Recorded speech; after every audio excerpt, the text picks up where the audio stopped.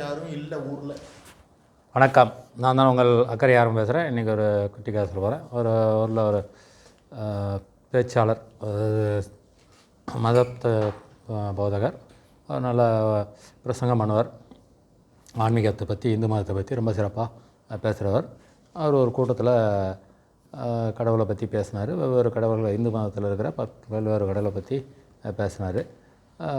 எல்லாம் ஆர்வமாக கேட்டுட்டு இருந்தாங்க. அப்போ திடீர்னு ஒருத்தர், ஒரு நாத்திகர், அது கடவுள் மறுப்பாளர்னு வச்சிங்களேன், அவரை என்ன பண்ணார்,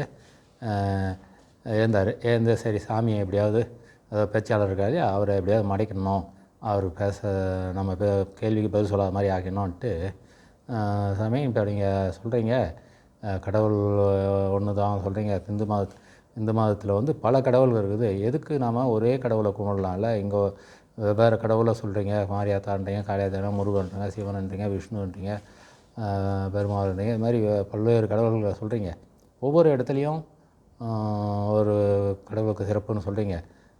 அதுமாதிரி கோயில் இங்கே இருக்கிற நம்ம ஊர்லேயே இருக்கிற தெய்வம்னா ஒன்று தானே, நம்ம ஊரில் இருக்கிற கோயிலே கும்பிடலாம்ல, எதுக்கு இங்கேருந்து திருப்பதி போகணும், பழனி போகணும், சபரிமலை போகணும் அப்படின்னு சொல்கிறீங்க, எல்லாம் ஒரு தெய்வம் தானே அப்படின்னாரு.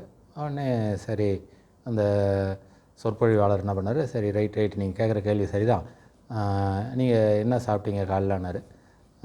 சாதம் சாம்பார்னாரு. சரி நேற்றுக்கு என்ன சாப்பிட்டீங்க, சாதம் காரக்குழம்புனாரு. அதுக்கு முதல்ல என்ன சொன்னேன், வெஜிடபிள் பிரியாணி சாப்பிட்டேன்னாரு. ஒவ்வொரு நாளும் ஒவ்வொரு பல்வேறு காய்கறிகள் வச்சு மாற்றி சாப்பிட்றாரு. நீங்கள் ஏன் அதுமாதிரி மாற்றி சாப்பிட்றீங்க, ஒரே பொருள், அதே உணவு தானே, அதே அரிசி, அதே சாம்பார், அதே காய்கறி தான், எதுக்கு அதை மாற்றி சாப்பிட்றீங்க அப்படின்னு. அது ஒன்றும் இல்லை, என் நாக்கு ருசிக்காக நான் அதை மாற்றி சாப்பிட்றேன் அப்படின்னாரு.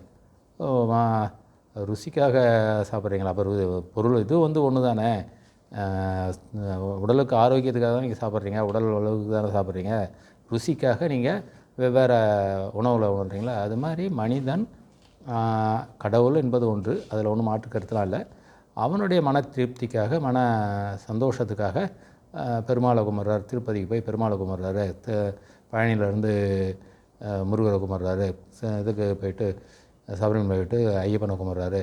அது மாதிரி அவருக்கு மன சந்தோஷத்துக்காக கும்பிட்றாரு. அதான் மனிதனுடைய வாழ்க்கையே அவனுடைய திருப்தி, அவனுடைய சந்தோஷம், மன நிம்மதி, அதுக்காக தான் தெய்வங்கள்லாம் வழிபடுறத தவிர நம்ம கடவுள் கொடுத்துட்றாரு, கடவுளுக்கு இது பண்ணுவார் அப்படிலாம் கிடையாது. இந்த கடவுள் தான் கொடுப்பாரு, அந்த கடவுள் தான் கொடுப்பாருன்னு இல்லை.